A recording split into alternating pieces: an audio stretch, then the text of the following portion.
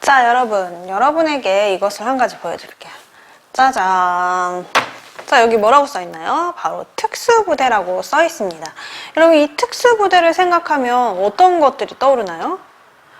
일반 군인들보다 더 혹독한 훈련을 하는 사람들이 군인들이에요. 또 이 특수부대는 특별한 임무를 맡아서 행하는 부대를 바로 특수부대라고 합니다. 이 특수부대에서는요, 엄청난 훈련을 해요. 뭐 바다 수영을 한다든지, 아니면 인지를 구출하는 그런 훈련을 한다든지, 아니면 고공낙하, 낙하산을 타고 비행기에서 떨어지는 그런 훈련을 한다든지, 여러 가지 이 엄청난 훈련들을 하면서 위급 상황에 대처할 수 있도록 하는 부대가 이 바로 특수부대예요. 우리나라에도 어느 나라에도 군대가 있다면 특수부대들이 있는데요. 선생님이 여기서 굉장히 특이한 특수부대를 하나 알려주려고 해요. 이 부대에서는요, 훈련할 때 이런 것들이 필요하다고 합니다. 바로 짜잔, 그리고 또 짜잔, 이런 것들이 필요하다고 해요. 여기에 나와 있는 게 뭔가요? 훈련을 하는데 염소가 필요하대요. 그리고 생각이 필요하대요. 그리고 구름이 필요하고, 그리고 벽이 필요하다고 합니다. 이게 과연 무슨 훈련을 하기에 이런 것들이 필요할까요? 바로 염소를 노려보는 것만으로도 염소의 심장을 멎게 하고요. 적군의 생각을 읽고, 그리고 구름을 움직이게 해서 날씨를 바꾸고 벽을 통과하는 그런 훈련을 한다고 합니다. 참 굉장한 훈련을 하죠. 바로 초능력을 훈련하는 특수부대가 있었다고 해요. 여러분, 대단하지 않아요? 다른 낙하산을 타고 내려가는 것보다 막 벽을 통과하기 위한 훈련을 하고, 막 염소를 막 노려보면 염소가 막 죽는 훈련을 한다고 해요.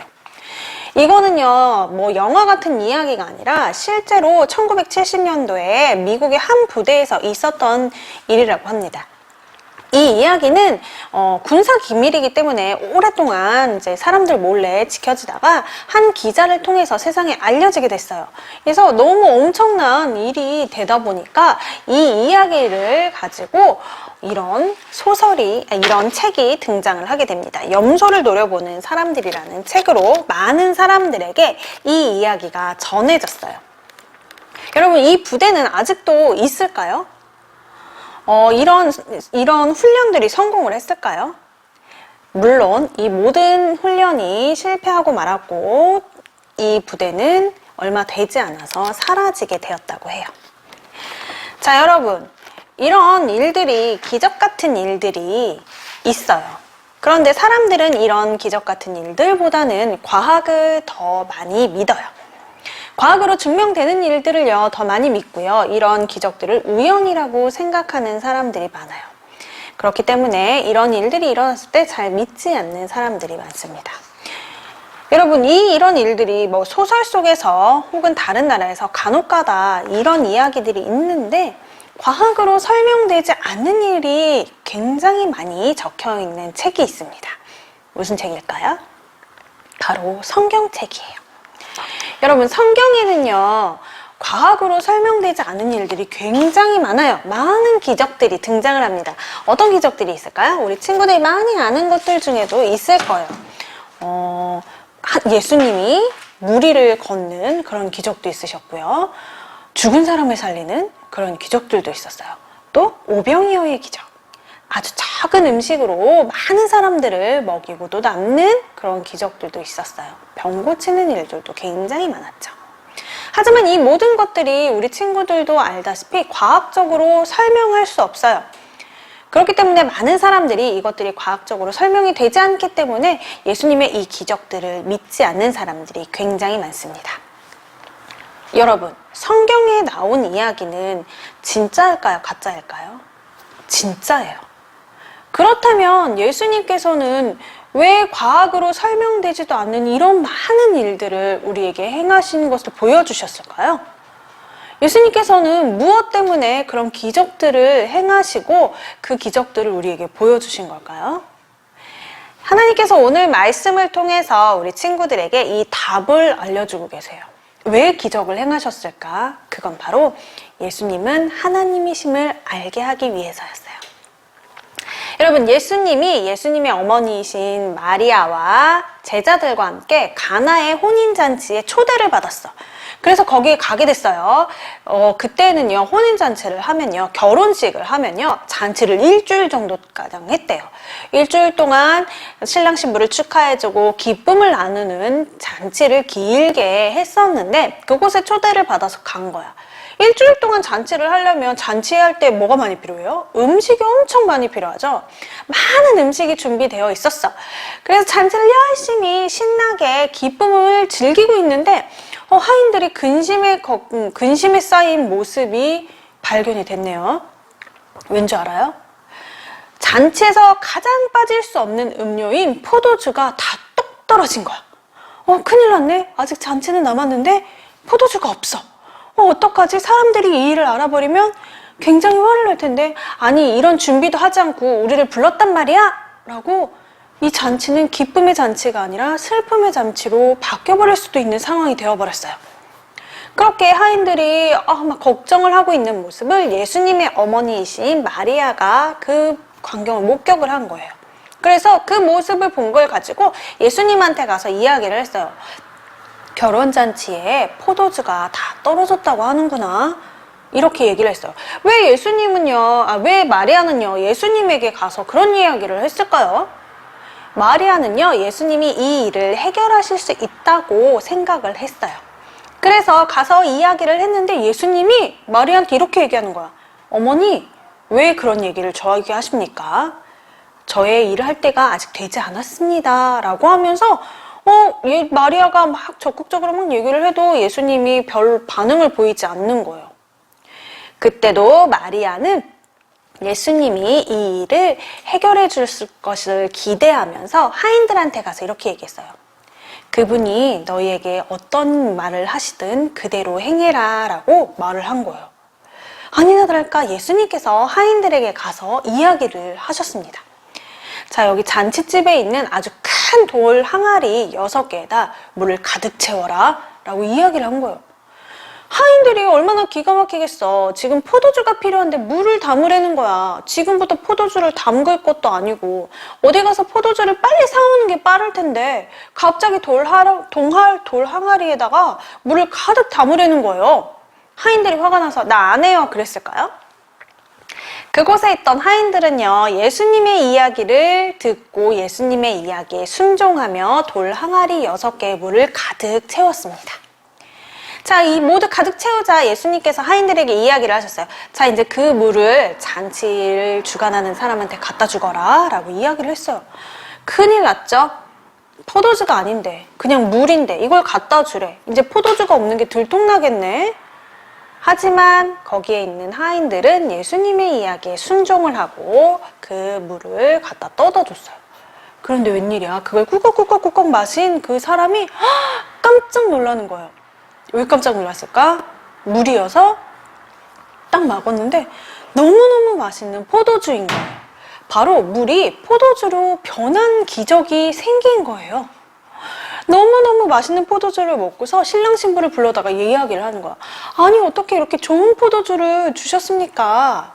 네? 원래 다른 데 가보면 처음에는 좋은 거 주다가 나중에는 좀 안 좋은 거 주는데, 아니, 끝에까지 너무너무 귀한 맛있는 포도주를 내놓다니, 와, 너무너무 감사합니다 라고 하면서 너무너무 기쁨의 잔치가 되어버렸어요. 여러분 어떤가요? 물이 포도주로 변하는 기적을 통해서 바로 이 혼인잔치는 기쁨의 혼인잔치로 마무리가 될 수 있었어요. 예수님께서는요, 물이 포도주로 변한 기적을 여기에서 보여주신 거예요. 성경에서는요, 예수님이 이 보여주신 이 가나의 혼인잔치의 기적을 표적이라고 해요. 표적이라는 것은요, 아주 놀라운 일을 통해서 예수님이 하나님이심을 알려주시는 것을 말해요. 이 가나의 혼인잔치의 표적은요, 예수님의 첫 표적입니다. 이 첫 표적을 보고 거기에 있던 많은 제자들이요, 예수님께서 하나님이심을 믿게 되었어요. 자, 여러분, 요한복음 2장 11절에 보면요, 예수께서 첫 표적을 갈릴리 가나에서 행하여 그의 영광을 나타내심에 제자들이 그를 믿으니라 라고 나와 있습니다. 예수님께서는 물을 포도주로 만드는 기적을 행하셨어요. 그 표적을 보고서 제자들은 예수님께서 하나님이심을 알게 되신 거예요. 과학적으로 설명할 수 없어요. 지금 당장 그렇게 이렇게 뾰로롱 이야 한 것처럼, 그쵸? 아무것도 설명할 수 없지만 그 표적이 일어남으로 그 혼인잔치는 기쁨의 혼인잔치가 되었고, 그 표적을 통해서 제자들은 예수님이 하나님 되심을 알게 된 거죠. 자, 여러분, 우리는 교회에서, 그리고 성경을 통해서, 선생님들을 통해서, 부모님들을 통해서 많이 듣고 있어요. 예수님은 하나님이세요 라고 많이 듣고 있는데, 우리 친구들은 예수님께서 하나님이심을 믿나요? 아마 우리 친구들은 네, 예수님이 하나님이심을 믿어요 라고 이야기할 거예요. 그렇다면요, 우리 친구들은 마리아처럼 기대하면서 살아야 해요. 마리아는 어땠나요? 예수님이 놀라운 일을 행하실 것을 기대했어요. 그 기대하는 마음으로 예수님께 이야기를 하였고, 그 기대하는 마음으로 하인에게도 이야기했어요. 우리 친구들도 예수님이 하나님이신다는 것을 믿는다면 마리아와 같은 기대를 가지고 사는 거예요. 그렇다면 우리 친구들의 마음속도 가나의 혼인잔치를 기쁨으로 바꿔주신 것처럼 기쁨이 넘치는 삶으로 하나님께서 바꿔주실 거예요. 또한 가나의 혼인잔치에서 예수님의 이야기에 순종했던 하인들처럼 순종하면서 사는 거예요. 만약에 그 하인들이 예수님의 말씀에 순종하지 않았다면 그 잔치는 어떻게 끝났을까요? 기쁨의 잔치가 되지 못했을 거예요. 하지만 그 상황이 어떠하였든 하인들은 예수님의 이야기에 순종했고, 그 순종함으로 인해서 그 잔치는 기쁨의 잔치가 되었습니다. 여러분, 예수님께서는 하나님이세요. 여러분이 예수님이 하나님이심을 믿으며 마리아처럼 기대하고 믿음을 가지고 하인들처럼 순종하는 삶으로 살아갈 때 우리 친구들을 통해서 더 큰 기적을, 더 큰 기쁨을 행하실 거예요. 그러한 예수님을 믿고 일주일 동안도 예수님이 하나님 되심을 믿으며 고백하며 그렇게 기쁨으로 매일매일을 살아가는 친구들이 되길 바랍니다. 다 같이 기도하시겠습니다.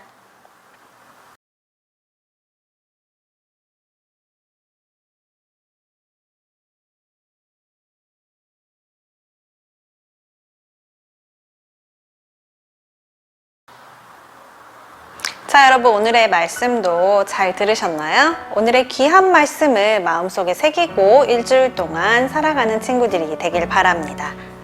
몸 건강히 잘 지냈나요? 추운 날도 몇 번 있었어요. 그래서 우리 친구들 감기 걸리지 않게 잘 몸 관리 잘하면서 지냈으면 좋겠습니다.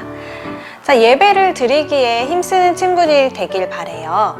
예배는 우리가 집에 있다고 안 드리고 뭐 교회 나온다고 드리는 것이 아니라 매 주마다 있는 그 자리에서 예배를 드리도록 합니다. 그 모습이 하나님께 그대로 올라갈 거예요. 하나님께서 기뻐하시는 모습으로 예배를 드릴 수 있는 친구들이 되길 바라고요. 예배는 10시에 주일 오전 10시에 예배당에서 그리고 각 가정에서 드리도록 합니다. 자, 우리 친구들 방학이 이제 일주일밖에 남지 않았네요. 이제 일주일 후면 새로운 학기가 시작이 되고 새로운 선생님과 새로운 친구들을 만나게 될 텐데 우리가 기도로 준비했으면 좋겠어요. 친구들과 잘 지낼 수 있도록, 선생님과 잘 지낼 수 있도록, 또한 우리의 새 학기가 하나님과 함께 잘 지낼 수 있도록 우리가 기도하면서 기대하면서 다가올 신학기를 맞이하도록 해요. 일주일 동안도 우리가 건강수칙 잘 지키면서요, 아프지 않도록 내 몸도, 하나님께서 주신 나의 몸도 귀하게 관리하면서 건강하게 잘 지내고요. 우리는 다음 주에 또 예배로 다시 만나도록 하겠습니다. 그러면 다 같이 주기도문 하시겠습니다.